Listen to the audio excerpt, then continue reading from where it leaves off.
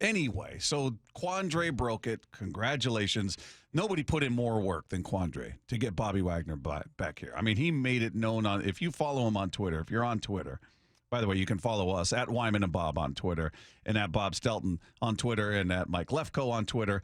But, yeah, if you follow Quandre Diggs on Twitter, there was no gray area. He made it clear almost every day he wanted Bobby Wagner back. He would tag him in different stories or different tweets, and he would retweet it and tag him and tag the Seahawks. And there was certainly no question as to what he wanted. But now he is back, and then he tweeted out something along the lines of, "Y'all don't know how excited I am." And I retweeted and said, "I think we're all pretty clear on how excited you are."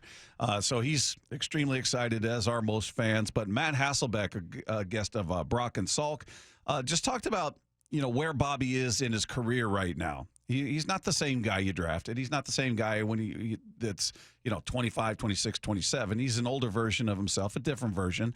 But Hasselbeck just talking about believing that Bobby can still play well in the right system. I think Bobby can definitely play in the right scheme, in the right system. When you get older as a middle linebacker, you prefer to play 9-on-7 and not 7-on-7. And so the scheme's got to kind of protect you. The guys that you're, playing next to got to work in unison. The safety's got to work in unison so that you're not sort of isolated all the time. Because that's the thing. Like when you're a little bit older, people are going to try to isolate you and see if you still got it. Yeah, I think I'm wondering, and I asked this in the notes I sent you last night, I'm wondering if the Seahawks saw something in the way the Rams used him and said, okay, yeah, he can be impactful. We could do some things, because he played, first of all, he rushed the pass. They blitzed him a lot more. He had a career high in sacks. He didn't do that here. He had a combined 7 sacks in his final 2 seasons with the Seahawks. He had 6 last year.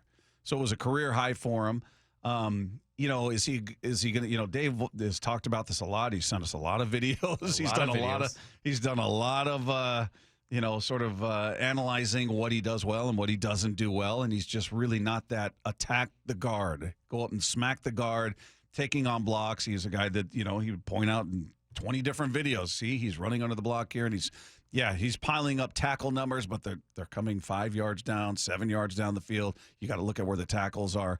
So maybe it's just a difference in his mentality, the way they used him in L.A., and maybe that's sort of what's going to happen here.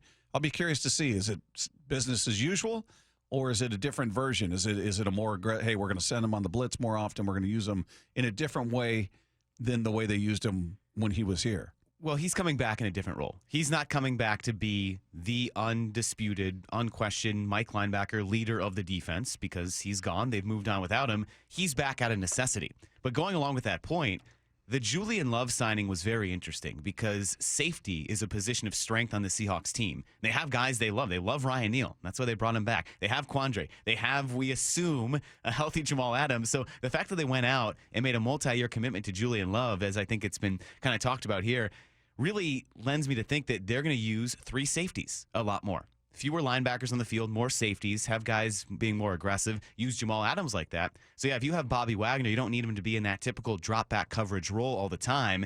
You could definitely utilize him to the strengths of what the Rams did. So that in mind, I think, yes, that's probably how they want to use Bobby at times, but you also have a glaring need for an inside linebacker.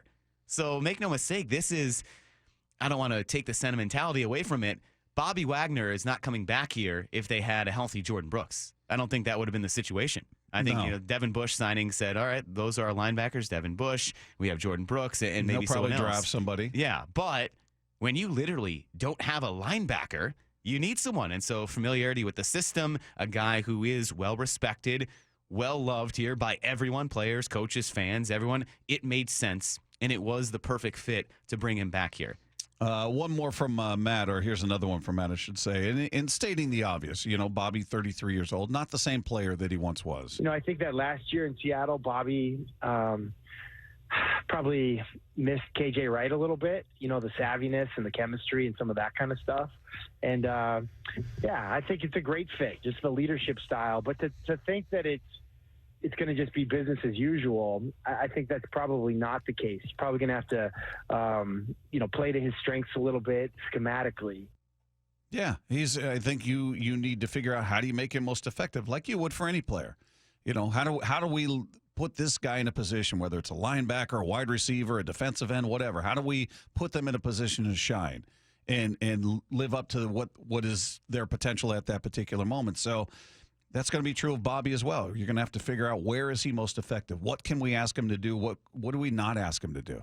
You know, and I think there are a lot of people I saw on social media, and again, you take that for what it is. It's a very small slice of the fan base, but a lot of people, all right, now this defense is going to be back to where they need to be. And I'm thinking, well, hang on a minute. Bobby was here for the last few years in this defense, and this defense was trash. It was bad. Not because of him, but he was a part of it. And just like everybody else. So let's not act like, hey, the second Bobby left, it just crumbled to the ground and they were terrible last year. No, they were terrible the year before.